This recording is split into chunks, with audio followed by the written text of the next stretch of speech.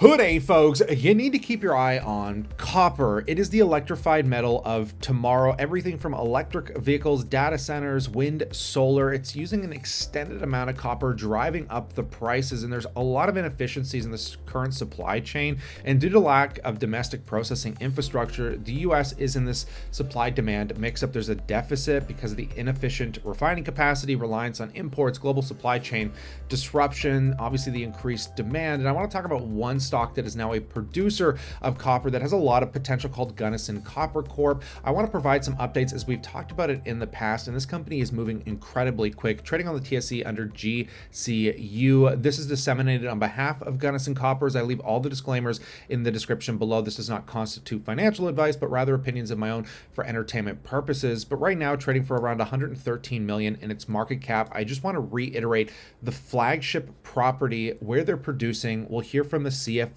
who provided some incredible insight, and then the potential upside in Catalyst. So diving into this, the Gunnison project, located about 65 miles east of Tucson, Arizona, and I want to iterate, it is one of the most substantial open pit copper projects in the United States, with a total measured and indicated mineral resource in the open pit of 551 million tons at a total copper grade of 0.35%, capable of supplying 8% of the recent annual US domestic copper production. Basically has an after-tax net present value of 8% of 1.3 billion and an internal rate of return of 20.9% at the long-term copper prices of about $4.10 per pound. And I just want to iterate that the after-tax payback period for the initial capital of 4.1 years. So this is the flagship that they recently raised $13.1 million for. The net proceeds from the offering will be used for drilling, metallurgical testing, and permitting activities that will incorporate into the pre-feasibility study for the Gunnison Copper Project, funding the U.S. head office general and administrative expenses,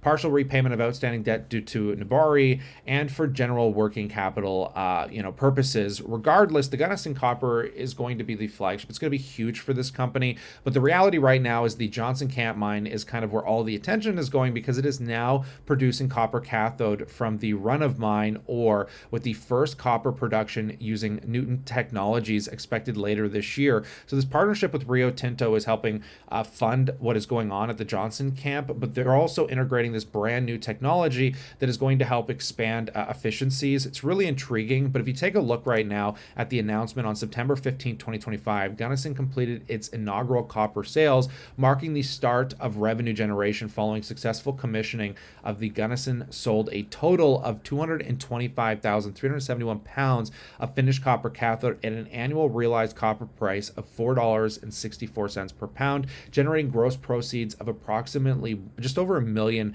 And just getting a bit of a quote, the milestone represents the first revenue from Johnson Camp and demonstrates the rapid progress Gunnison has made delivering value to shareholders since achieving first copper production just a week ago. So this is coming from Craig, the Senior Vice President and Chief Financial Officer. With strong copper prices and increasing production level, position us well as we move toward a potential equity valuation re-rating as a copper producer.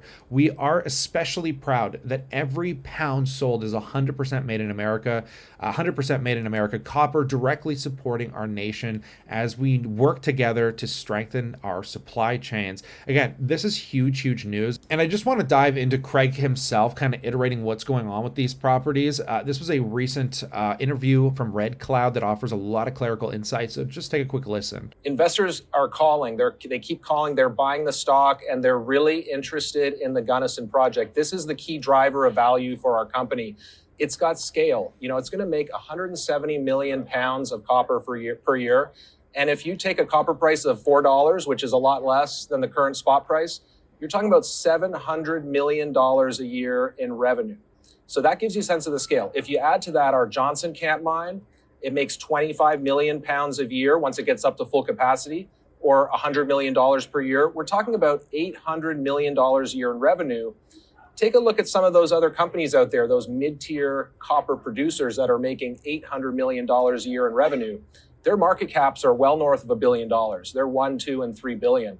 And take a look at our market cap today, 150 million. So you can do the mental math there to kind of see the valuation gap that we stand to sort of leap forward with as we develop this project. And investors want us to see, they want to see us accelerating that closing of that valuation gap. And that's why they've been coming forward and saying, look, raise more money. Let us give you money. We need you to do the pre-feasibility study as soon as you can. And that's what we're going to do with this money, Mark. We're going to start the pre-feasibility study. We're going to start the permit amendments.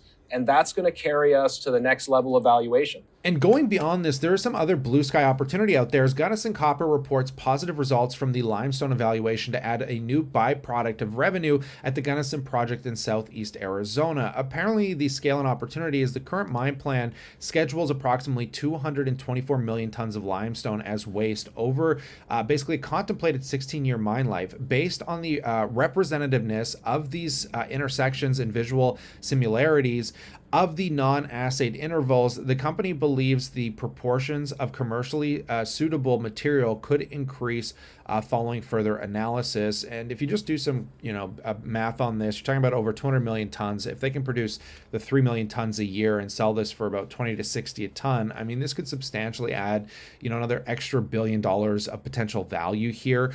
Again, you're gonna have to run some math because this is still speculative in nature, but it is an opportunity that they have access to. And just to reiterate the milestones, what's coming up, again, just to iterate, it's Made in America Copper, that major backer at the Johnson camp with Rio Tinto and the expanded technology that they're bringing to the forefront, undervalued versus their peers, again, poised for a re-rating with the Gunnison open pit PEA, the JCM production and the exploration upside. If we just look at the catalyst for the first half of 2026 into the second half, you're talking about the updated Gunnison PEA, including the HVA results, onboard strategic investors. The Johnson Camp Mine reaches commercial production. Johnson Camp Mine produces the re-rating, the Nabari debt fully retired or partially retired, and the remainder refinanced to 2029.